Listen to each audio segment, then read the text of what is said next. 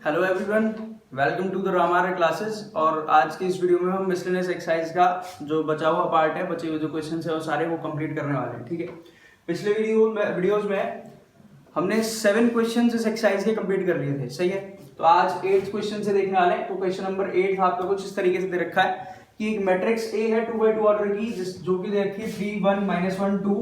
तो आपको शो करना है कि a² - 5a + 7i का वैल्यू क्या हो जाएगा, 0 हो जाएगा। ठीक है, तो बड़ा ही आसान सवाल है।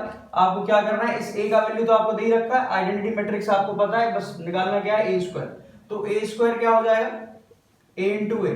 सही है, a का वैल्यू क्या है 3 1 -1 2 मल्टीप्लाइड बाय 3 1 -1 2। तो ये क्या मिल जाएगा, चेक करो जरा।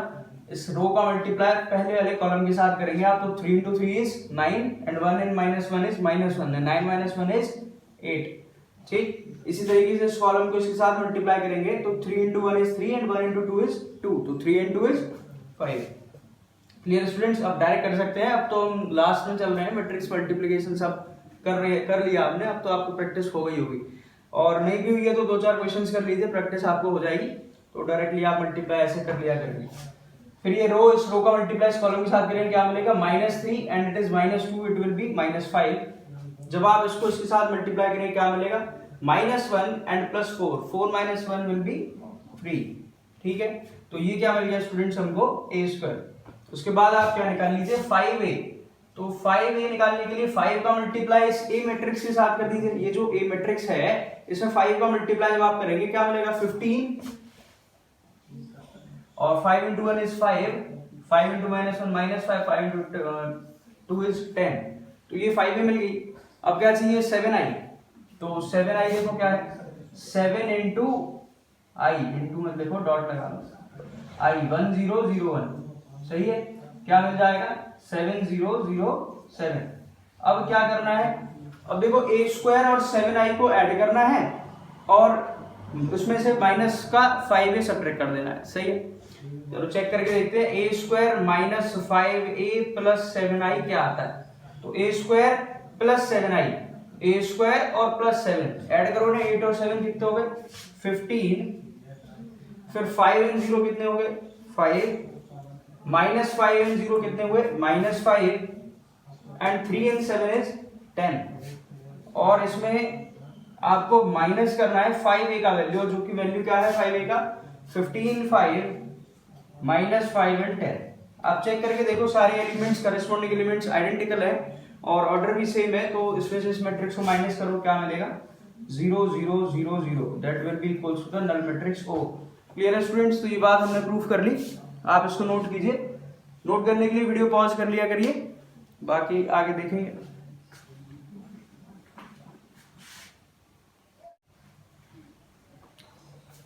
Students, this is the question number 10th, और 8th के बाद हम सीधे 10th में, क्योंकि 9th question is just same as the question number 7th, और वो मैं आपको करा चाहूँ हूँ। सही है, तो आप देख लेंगे उसको कि कैसे मल्टीप्लाई की थी 3 मैट्रिसेस, और फिर इक्वेट करने के बाद में x का वैल्यू निकल गया था। ठीक है, 10th क्वेश्चन देखिए क्या कह रहा है कि कोई भी एक मैन्युफैक्चरर 3 तरीके के प्रोडक्ट्स बनाता है। आप नाम लिख लीजिए, ये x है, x प्रोडक्ट, ये y प्रोडक्ट है, ये z प्रोडक्ट है, और इतनी क्वांटिटीज में बना लेता है कि जो प्रोडक्ट x है वो 10,000 मार्केट 1 में सेल होते हैं, और जो 6,000 x प्रोडक्ट्स हैं वो मार्केट 2nd में सेल होते हैं। इसी तरीके से पूरी एक टेबल आपको दे रखी है।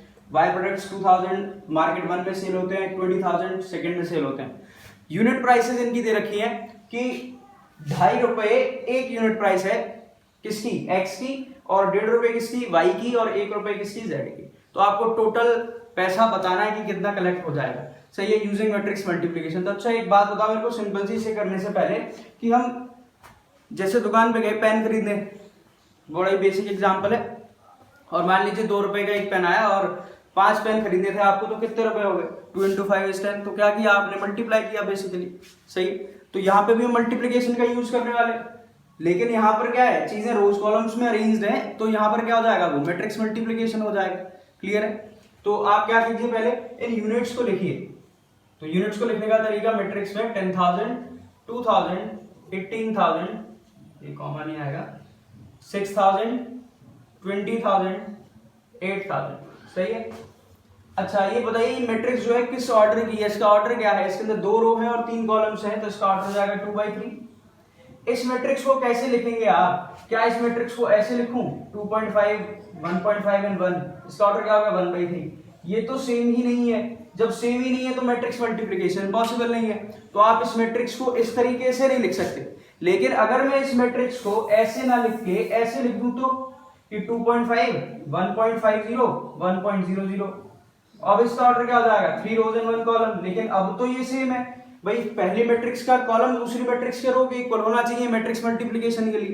तो अब ये मल्टीप्लाई हो जाएगा।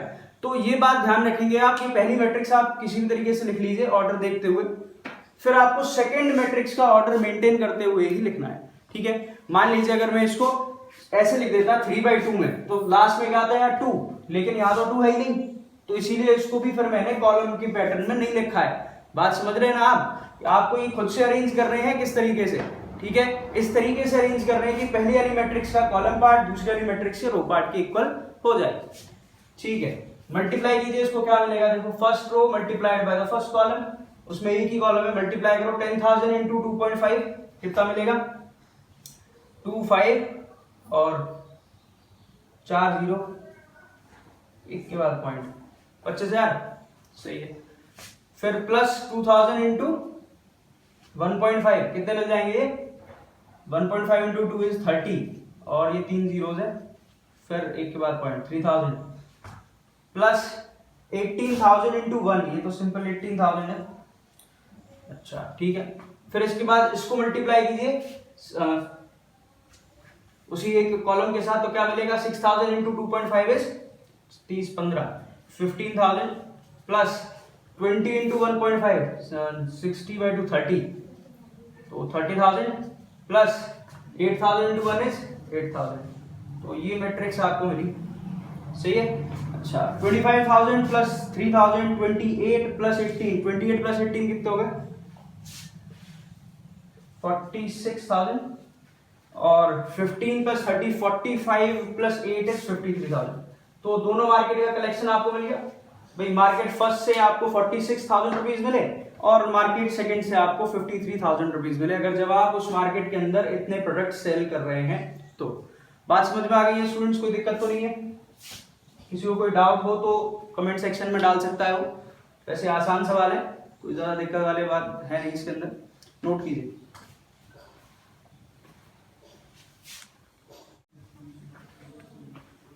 Students this is the question number 11th और 10th का भी हमने फर्स्ट पार्ट किया, सेम एज इट इज उसका सेकंड पार्ट है, तो वो आप करके देखेंगे एक बार, ठीक है। उसमें आपको यूनिट सेल प्राइसेस थोड़ी सी बदल दी हैं और प्रॉफिट पूछ रहा है, तो प्रॉफिट पूछ रहा है, एक बात ध्यान रखना, एक बार करके देखिए, उसको नहीं आएगा तो मुझसे डाउट कमेंट सेक्शन में उसको पूछ लें, सही है, ठीक है।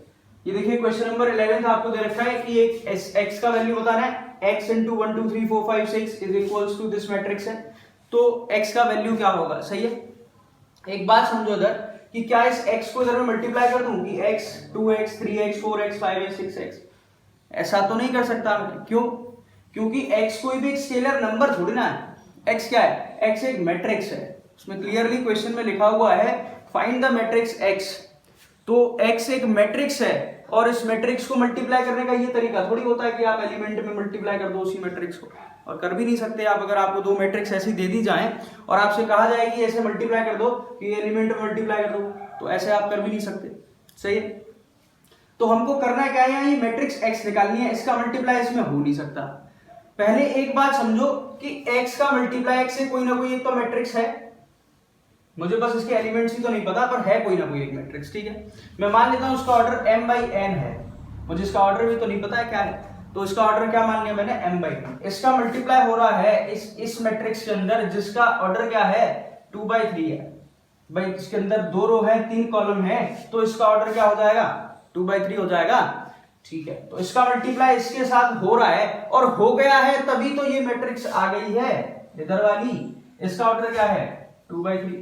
इसका मतलब क्या समझ आ रही है बात कि इन दोनों का मल्टीप्लाई हो गया है जब, तब जाकर के ये मैट्रिक्स आ रही है, और ये मैट्रिक्स भी कैसे डिफाइन है, इसका मतलब मैट्रिक्स मल्टीप्लिकेशन डिफाइन है, और डिफाइन कब होता है, वो तब होता है जब पहली मैट्रिक्स का कॉलम पार्ट सेकंड मैट्रिक्स के रो पार्ट के इक्वल हो जाए। तो यहां से एक बात तो क्लियर हो गई कि n का वैल्यू तो क्या है साहब, n का वैल्यू तो 2 है, ये बात समझ आ रही है। भाई मैट्रिक्स मल्टीप्लिकेशन तभी पॉसिबल है जब इसका कॉलम पार्ट और इसका रो पार्ट इक्वल हो जाए। सही है, तो n का वैल्यू क्या मिल गया 2। ठीक है, अब इन दोनों से मल्टीप्लाई होने के बाद जो मैट्रिक्स आपको रिजल्ट में मिलेगी, मतलब इसी की बात कर रहा हूं, जो भी मैट्रिक्स आपको मल्टीप्लाई करने के बाद मिलेगी उसका ऑर्डर क्या होता है? उसका ऑर्डर होता है फर्स्ट मैट्रिक्स का row part multiply by second matrix का कॉलम पार्ट। यही तो होता है भाई। मैट्रिक्स मल्टीप्लिकेशन की दो प्रॉपर्टीज पढ़ी थी हमने और इस क्वेश्चन में दोनों ही वो लग गई। सही है, तो यहां दूसरी प्रॉपर्टी लगी ना, दोनों मैट्रिक्स का मल्टीप्लाई करने के बाद जो मैट्रिक्स आती है उसका ऑर्डर क्या होता है? पहली मैट्रिक्स का रो पार्ट, दूसरी मैट्रिक्स का कॉलम पार्ट। अब ये मैट्रिक्स तो इसके इक्वल है भाई, मल्टीप्लाई होने के बाद यही आई, तो इसका ऑर्डर सेम होना चाहिए। तो अगर इसको और इसको कंपेयर करोगे तो m की वैल्यू क्या मिल गई? m की वैल्यू तो 2 मिल गई। सही है, तो m की वैल्यू भी क्या आ गई? 2। बहुत बढ़िया। तो अब आपने जो मैट्रिक्स मान रखी थी ये x, ये रही छोटी सी, ये m/n थी, तो इसका ऑर्डर क्या हो जाएगा? 2/2 की होगी या नहीं होगी? बात समझ में आ गई। तो पहला काम क्या था कि इस x मैट्रिक्स का ऑर्डर निकालना। सही है, पहले आप इस x मैट्रिक्स का ऑर्डर निकालिए, उसके बाद अब देखेंगे आगे क्या होने वाला है इसके अंदर। तो इसको अगर नोट करना है तो नोट कर लीजिए, समझने के लिए फिर मैं इसे मिटा देता हूं। ठीक है, वीडियो रोक लें और इसको एक बार नोट कर लें अगर समझना है तो। ठीक, अगला सवाल देखिए क्या है, वो अगला देखो, अगला स्टेप देखो क्या है अगला स्टेप इसका।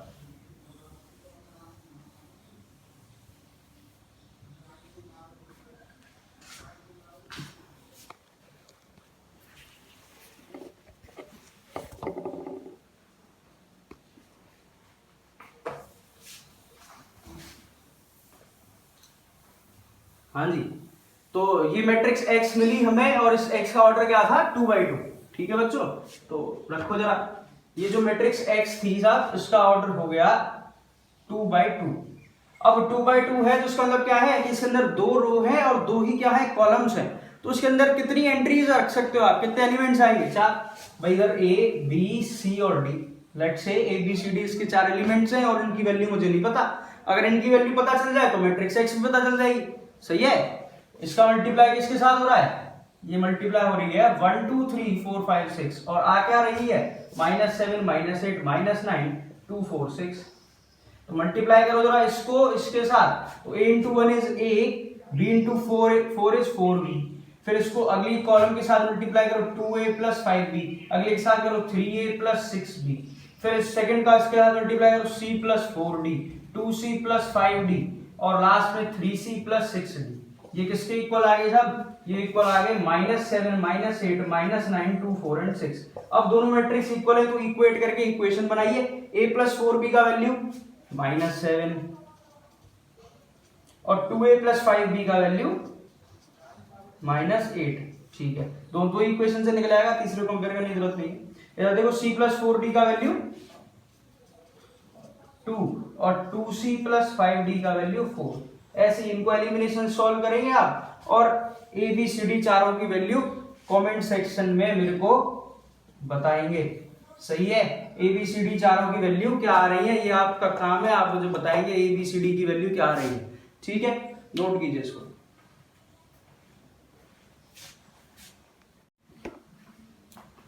Students this is question number 12 और आपको दे रखा है कि ए और बी मैट्रिसेस हैं जिनका ऑर्डर सेम है और ये भी बात गिवन है कि A B equals to B A है। इस क्वेश्चन के लिए है सिर्फ ये। सही है, इस क्वेश्चन के लिए ये गिवन है कि ए बी जो मैट्रिक्स है वो बी ए मैट्रिक्स के इक्वल है। ठीक है, आपको क्या प्रूफ करना है? आपको प्रूफ करना है कि a इंटू बी की power n is equals to B की पावर n इंटू ए होगी। ठीक है बच्चों, कोई दिक्कत नहीं है भाई। a इंटू बी की पावर n, बी की पावर n इंटू ए की इक्वल आएगा, ये बात प्रूफ करनी है। ठीक है, पहली बात तो ये समझ लो कि किसी भी मैट्रिक्स में जब भी पावर वाले क्वेश्चन आ जाएंगे, ये मैं पहले भी बता चुका हूं आपको, तो वो आपको प्रूफ करने होंगे यूजिंग इंडक्शन। ठीक है, और दूसरी बात ये कि आपके सवाल में भी लिखा हुआ है कि यूजिंग इंडक्शन इसको प्रूफ कीजिए। क्लियर लिखा हुआ है यूजिंग इंडक्शन। अगर नहीं भी लिखा हुआ हो तो भी आप इसको इंडक्शन से ही प्रूफ कर पाएंगे। सही है, ठीक है। देखो इंडक्शन क्या कहता है कि पहले आप 1 के लिए प्रूफ कीजिए, तो फॉर n इक्वल्स टू 1 के लिए क्या मिलेगा चेक करके देखो जरा कि a इंटू बी की power 1 is equals to B की पावर 1 इंटू ए। सही है, तो ए बी बी ए के इक्वल है क्या? हाँ, दे रखा है हमें ए बी बी ए के इक्वल, क्वेश्चन में गिवन था, तो ये बात तो सही हो गई। सही हो गई तो for n equals to k के लिए अब हम चेक करने वाले हैं, तो अज्यूम करते हैं k के लिए, तो अज्यूम दैट कि k के लिए बात सही होगी, और सही है तो आप इसको ऐसा लिख सकते हैं क्या कि a इंटू बी की पावर k जो है वो b की पावर k इंटू a के इक्वल है, कोई दिक्कत नहीं है। तो ये बात, ये इस रिजल्ट का यूज हम k प्लस वन के लिए प्रूफ करने वाले हैं, ठीक है। तो for n equals to k plus one के देखिए क्या मिलेगा कि a इंटू बी की power k plus one is equal to, और चाहिए क्या हमें b की power k plus one into a आ जाएगी, सही है ना। हम इस साइड को लेके चलते हैं, अगर ये वाली साइड आ गई तो काम बन जाएगा। देखो जरा क्या है, a इंटू बी की पावर k प्लस वन, इसको ऐसे लिखा जा सकता है a इंटू बी की पावर k इंटू बी, सही है ना भाई। बेसिस सेम होते तो पावर साइड हो जाती है, जब मल्टीप्लाई में होते हैं तो इधर पावर क्या है 1 तो k प्लस वन हो जाएगी, तो टूट भी तो सकती है, ठीक है। तो a इंटू बी की पावर k किसके इक्वल है, ये तो रिजल्ट इसके इक्वल है। फ्रॉम द इक्वेशन फर्स्ट इसका नाम फर्स्ट कर दो, तो क्या हो जाएगा b की power k into a into B, सही है। अब हम जानते हैं कि मैट्रिक्स मल्टीप्लिकेशन जो है वो कम्यूटेटिव भी है, सही है, वो सॉरी कम्यूटेटिव नहीं एसोसिएटिव है, मैट्रिक्स मल्टीप्लिकेशन एसोसिएटिव है। और दूसरी बात ए भी किसके इक्वल दे रखा है, बी ए के, सही है। तो अगर आप इसमें पहले इनको मल्टीप्लाई करें तो ए इंटू बी क्योंकि एसोसिएटिव है कर सकते हैं, तो ए इंटू बी किसके इक्वल दे रखा है, बी ए के, तो ये तो आ जाएगा क्या बी की पावर के इंटू बी ए। अब एसोसिएटिव है तो पहले मैं इनको मल्टीप्लाई कर लूं बी की पावर के इंटू बी इंटू ए, तो कोई दिक्कत नहीं है भाई, दोनों रिजल्ट इक्वल होते हैं एसोसिएटिव में। अब b की पावर k इंटू बी क्या आ जाएगा, b की power k plus one into A, और यही तो लाना था भाई, चेक करो यही लाना था या नहीं, यही तो लाना था। तो बात समझ में आ गई, हमने क्या किया 1 के लिए प्रूफ किया, k के लिए उसको अज्यूम कर लिया, और k प्लस वन के लिए उसको प्रूफ किया, ठीक है। तो यहाँ क्या लगा है, एसोसिएटिव लॉ लगे, सही है ना बच्चों, बात समझ आती है, सही है ना, ठीक है। नोट कीजिए। देखो स्टूडेंट्स, अगर आपको वीडियो पसंद आ रही है तो एक लाइक कर दें ताकि मुझे भी पता चलता रहे कि हाँ आपको सब समझ आ रहा है। Give it a thumbs up, ठीक है, नोट कीजिए इसे।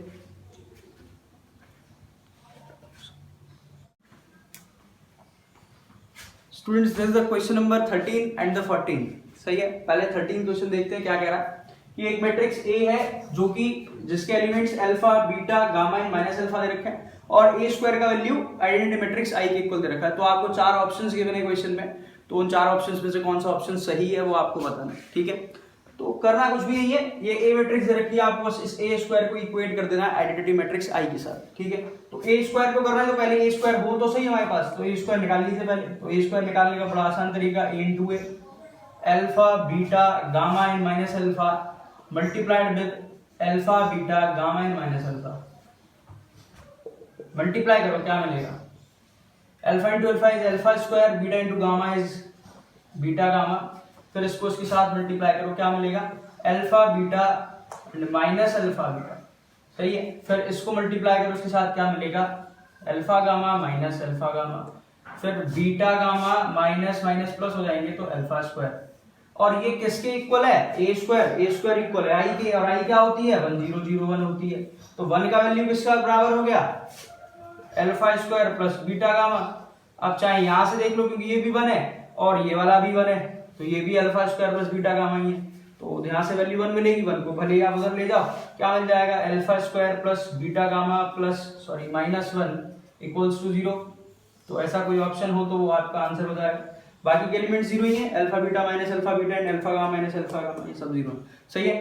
तो आपको इक्वेशन मिल जाएगी बड़ी आसानी से, कोई दिक्कत नहीं। अच्छा, सॉल्यूशन नंबर 14 देखिए क्या है, बड़ा आसान सवाल है, बस थोड़ा सा समझना है। क्या कह रहा है कि ए मैट्रिक्स सिमेट्रिक भी है, ए मैट्रिक्स क्यू सिमेट्रिक भी है, तो ए कैसी होगी, चार ऑप्शन दे दिए, उन चारों में से आपको कोई भी एक बतानी है। पहले कह रहा है कि ए स्क्यू सिमेट्रिक है, स्क्यू सिमेट्रिक की बात करें तो स्क्यू सिमेट्रिक का केस तो ये कंफर्म हो गया कि स्क्यू सिमेट्रिक में प्रिंसिपल डायगोनल एलिमेंट्स हमेशा 0 होते हैं, चाहे ये 3x3 ऑर्डर की रही हो, 4x4 की हो, 5x5 की हो, इवन एनी बिगर ऑर्डर्स की कितनी भी हो, तो प्रिंसिपल डायगोनल के जितने भी एलिमेंट्स हो सब 0 रहने वाले हैं, ठीक है।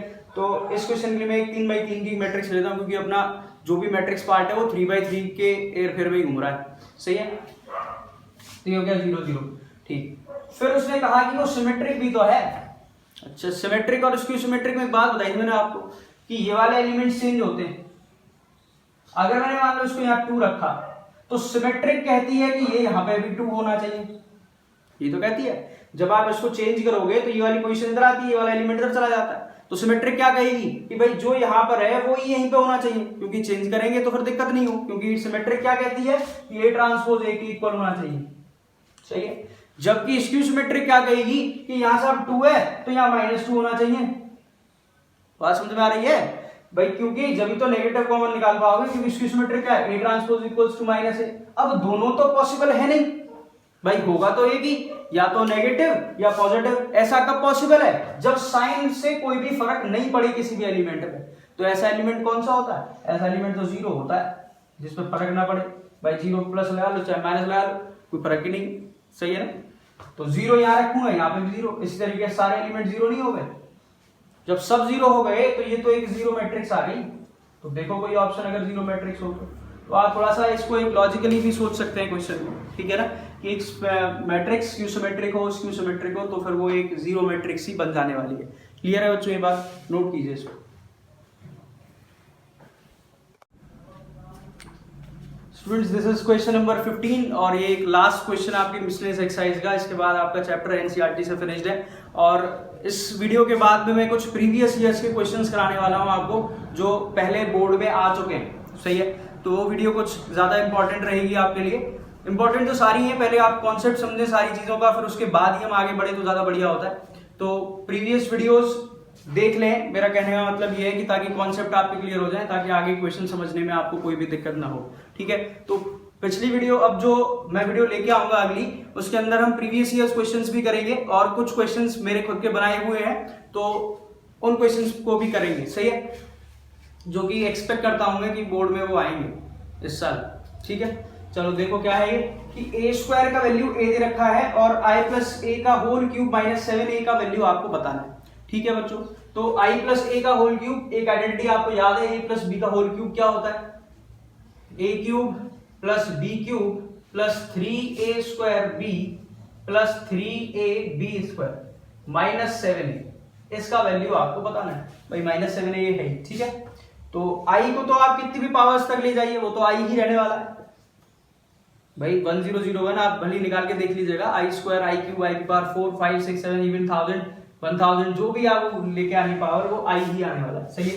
इसको कैसे लिख सकते हो, ए क्यूब को ए स्क्वायर इंटू ए है तो, ठीक है, प्लस 3i है फिर से, तो ये तो आई ही रह जाएगा, आई स्क्वायर इज इक्वल्स टू आई, और आई का मल्टीप्लाई किसी भी मैट्रिक्स के साथ कर लो, वही मैट्रिक्स मिल जाती है, तो ये तो 3a बन गया। अच्छा, सिमिलरली इधर ये आई का मल्टीप्लाई इस मैट्रिक्स के साथ करोगे, यही रहेगा, तो 3a स्क्वायर माइनस 7। अब वैल्यू सब्स्टिट्यूट कीजिए, ए स्क्वायर की क्या है, ए है, तो आई प्लस ए स्क्वायर क्या हो गया, ए हो गया, इंटू ए प्लस 3a प्लस ए स्क्वायर क्या हो गया, ए हो गया 3a माइनस 7a। बहुत बढ़िया। ये ए स्क्वायर क्या है, ये भी फिर से ए स्क्वायर बन गया ना, ए इंटू ए, और ए स्क्वायर किसके इक्वल है, ए के, तो ये पूरा भी कंप्लीट किसके इक्वल हो गया, ए के। तो I plus A plus 3a plus 3a minus 7a। अब चेक करो, 3a plus 3a 6a plus a 7a, तो ये मिलकर के पॉजिटिव 7 है और ये माइनस 7 है, तो ये तो कट जाने वाले हैं। क्या बच रहा है सब आपके पास, आई बच रहा है। तो ऐसा कोई ऑप्शन हो आपके पास तो देख लीजिए, यही आपका आंसर है, ठीक है। तो ये चैप्टर आपका एनसीईआरटी से फिनिश्ड है आज बच्चों। इसकी अगली वीडियो में मैं फिर से बोल रहा हूं आपसे कि प्रीवियस ईयर्स के क्वेश्चंस मिलेंगे आपको, 1 मार्क्स के अलग, 4 मार्क्स के अलग, 6 मार्क्स के अलग, जैसे भी आए हुए हैं वो उस पैटर्न में मैं आपको कराने वाला। और कुछ क्वेश्चंस हैं एक्स्ट्रा क्वेश्चंस, जो कि मैं एक्सपेक्ट करता हूं कि वो 2021 बोर्ड में आपसे पूछे जाएंगे, सीबीएसई बोर्ड में, ठीक है। तो वो क्वेश्चंस भी आप करेंगे, सही है। कॉन्सेप्ट अपने मजबूत रखें, बार बार हर वीडियो में मैं बोलता हूं कॉन्सेप्ट मजबूत रखिए, क्योंकि कॉन्सेप्ट ही है जो है सो, सही है, ठीक है। आपको वीडियो समझ आई हो तो उसको लाइक कीजिए, सब्सक्राइब कीजिए और अपने फ्रेंड लिस्ट में शेयर कीजिए स्टूडेंट, सही है, ठीक। मिलते हैं अगली वीडियो में, बाय।